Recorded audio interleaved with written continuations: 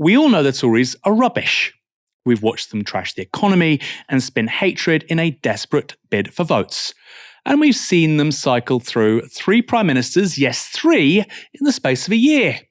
Yet, Labour isn't guaranteed a majority at the next election, certainly not on the basis of local election results earlier this month. So what's going wrong for them? Could it be that under Keir Starmer they look a little too close to the Tories? Well, that's what one BBC Question Time audience member called Harry wanted to know.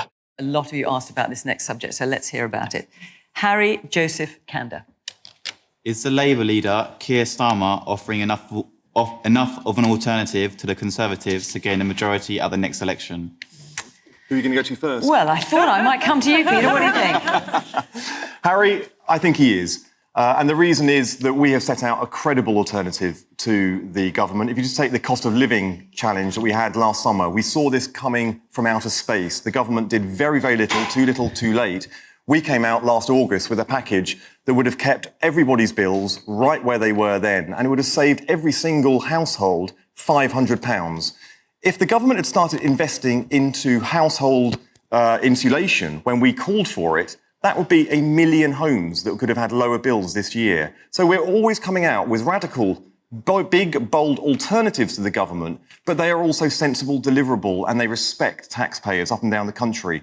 So yes, you know, we are putting forward an alternative. It is being rewarded. In the elections that we had just a couple of weeks ago, we increased the number of councillors by 500.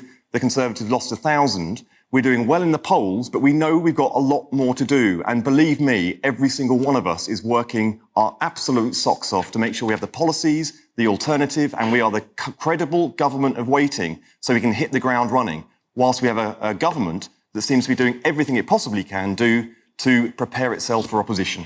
We did this thing in the past, and we did that thing in the past. People voted for us in the local elections, and we're doing well in the polls. By the way, on the local elections point, the Liberal Democrats have picked up more councillors between 2020 and 2023 than the Labour Party. Generally speaking, if you're the opposition and you're going to form the next government, that doesn't happen. So the idea is evidence for Labour's success and enthusiasm doesn't really stack up. And also, Peter, that young guy's question wasn't about the past, it was about why he should vote for you in the future.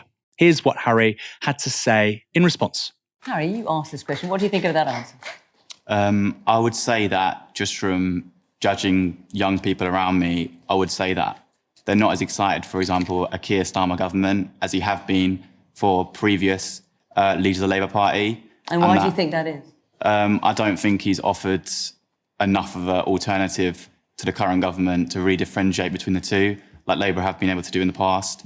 So I feel like even though the Conservatives have been pretty terrible for 13 years, it's quite embarrassing how Labour still may not be able to form a majority at the next election. It's quite concerning, and I don't feel like they're really given a good opposition right now. So I'm still undecided personally where I shouldn't be, given the current state of the country as it is at the moment. But Harry, there is nothing more exciting than being in a Labour Party that can actually has the prospect of forming a government. I mean, it might well be that the leaders... You're not convincing him. It might well be the leaders in the past that you might have been excited about didn't win the elections, and we need to learn the lessons of defeat, as well as learn the lessons of where we've won in the past.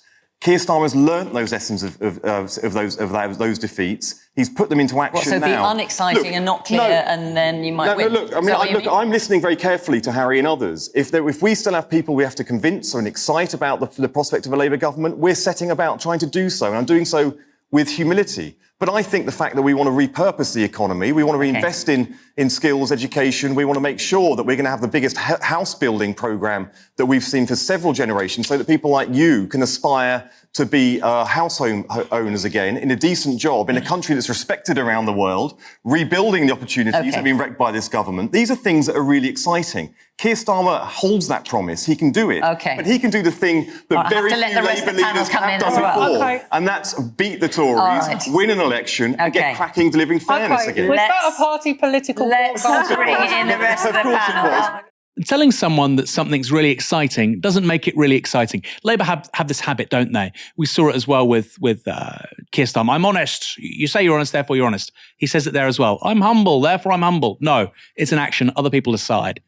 And the idea that a young person should just be grateful that Labour stands a chance of winning this election in 2024 is frankly a joke in the face of genuine despair. What Harry says there, I'm undecided and I shouldn't be, indicates so much about what feels like a hopeless situation for the young and how little solace they're finding in Labour's offer.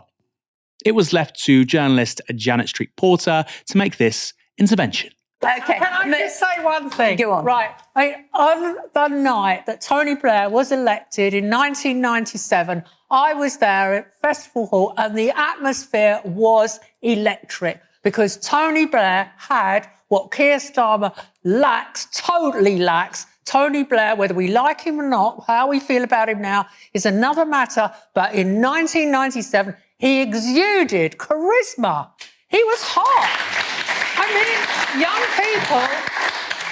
people were captivated by him. He had a huge number of female MPs came into Parliament, the largest number ever elected at one time, and we felt we were on the beginning of a new era. Now, I'm sure that Keir Starmer is a decent, reliable bloke, but is that the kind of bloke you want to get into bed with the next 10 years? I mean, Well, that is a whole other show, Janet. no, but being serious, seriously, I think I think Keir Starmer comes across as a decent person, but I still don't understand his policies. So you think Hang on. Peter, you've got to let the rest of the panel in. Don't Come you on. think our country Peter, deserves a decent I know you want to answer every single bit, but I'm going to let the rest of the panel speak too. To flog your party to death tonight, but you've got to connect with the guy that asked the question, and you haven't, because young people, sadly at the moment, feel that British politics isn't for them. And there's a huge gap. I go back to 1997, where there was some hope that young people felt that when they voted, it would change their lives. And we've seen now there's a huge gap in the reality and the myth that you lot put out. The thing is that Starmer does not offer a credible alternative to even being, a charismatic leader. He hasn't got that. I wouldn't call him boring per se. I think he's almost worse than that. He is somebody who people don't know what he stands for, but he very passionately declares it regularly. I genuinely don't think he's boring. I think he is vindictive. I think he is a politician who is desperate and thin-skinned as well, is desperate to prove how he perceives enemies wrong. The people that he sees as enemies is anyone who, might be more popular than him, who might have proved more winning with the Labour membership, for example, people that he thinks is going to have any designs on his very fragile grip on power. And I think that's what drives Keir Starmer. I see him as not even a technocrat, I see him as a very thin-skinned judiciocrat, is how I describe it. Somebody who is totally invested in Britain's sort of legal system, and he sees that as a very rational thing that comes completely out of a vacuum and just is completely objective and is always right, and that he is always right because he is so immersed in that environment. He doesn't offer charisma. But he also doesn't offer any hope. He doesn't offer anything to vote for. He is following this very tried and tested and failed strategy of simply mirroring what the Tories do. He has this mythical voter in mind. He doesn't see people as complex political animals. He sees people as just, they want right-wing policies, and because that's what the Conservatives are giving them, and that's what, the Conservatives have been winning. So people must want right-wing policies. And that's completely misunderstanding the political situation in the country and why people would vote out of politics of fear in the first place, because they don't have other hope to vote for. They haven't been, we've got this huge media machine as well, which works against any kind of politics of hope. He's a terrible politician. He doesn't have, the charisma of Tony Blair, but he also doesn't have the ideas. He doesn't have anything to offer. All he has again and again and again is this sort of very barren, salted ground, which he's desperately showing to us and saying, look, I will show you hope in a handful of dust, but there is no hope there to be had. And he doesn't understand why that doesn't work. And the more he doesn't understand that, the more he hammers home, we're going to be the party of cracking down on antisocial behaviour. We're going to be the party of this borrowed plan for the Tories or this borrowed plan for the Tories. And all it leaves you with is this idea that there is very little separating two parties. Yes, I do think a Labour government would probably be less draconian than the current Tory government, which is moving ever further rightwards.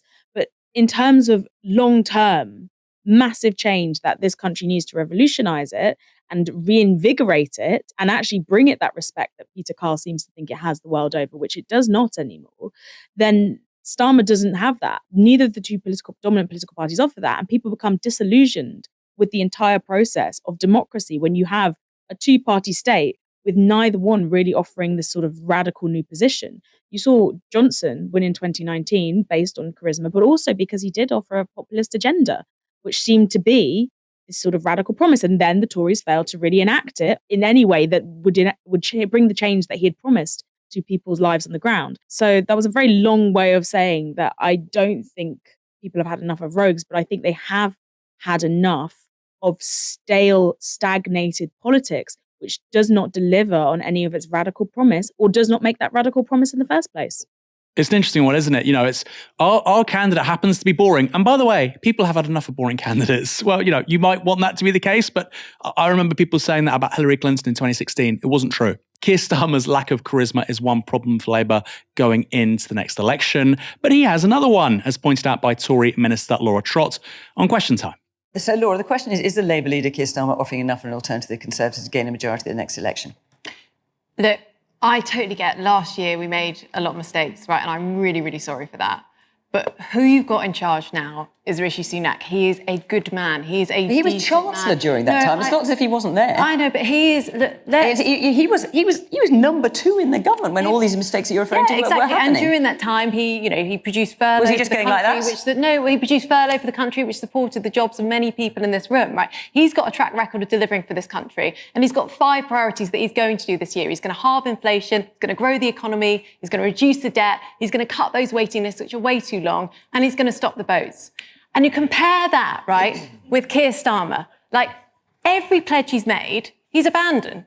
So what do you say to the young man over there? He thought he was going to nationalise all these industries. He's not going to do that anymore. He was going to scrap tuition fees. Not doing that anymore either. He was going to be the great defender of free movement. He's not doing that anymore either. I've got no idea what Keir Starmer stands for.